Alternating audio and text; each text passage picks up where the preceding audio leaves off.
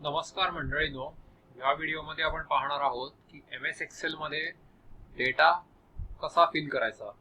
तर जसं की आपणा सर्वांना स्क्रीनवर दिसतंय, इथे सिरियल नंबर, तारीख, महिने, आठवड्याचे दिवस आणि सिरीज सगळी लिहिली गेलेली आहे।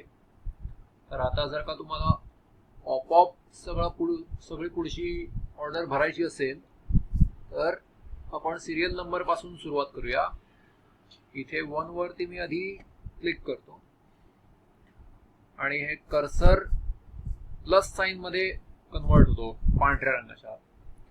तो त्याला मी आधी सेकंड 2 पर्यंत खाली ड्रॅग करणार। मग हा कर्सर मी या हिरव्या बॉर्डरच्या खालच्या बाजूला उजव्या कोपऱ्यात मी नेल्यावरती तो काळ्या रंगाच्या प्लस मध्ये कन्वर्ट होतो। तिथे नेल्यानंतर दाबून तुम्ही खालपर्यंत ड्रॅग करत आणा।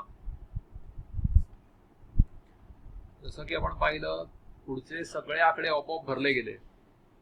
तेच डेट मध्ये सुद्धा लागू आहे।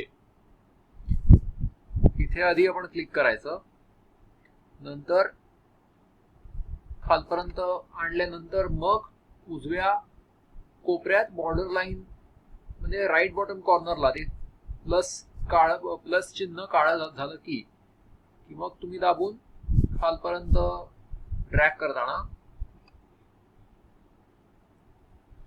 निकाल तुमच्या समोर आहे आणि महिन्यांमध्ये पण तेच, जे आधी पहिल्या सेल मध्ये, मग फेब्रुवारी आणि मग उजव्या बाजूच्या खालच्या कोपऱ्यात छोटं काळं प्लस झाल्यानंतर इथेही तेच मंडे 2 आणि इथेही तीच पहिल्या सेल मधनं 100 नंतर मग 200 आणि मग इथून खालपर्यंत ड्रॅग करत नेणं।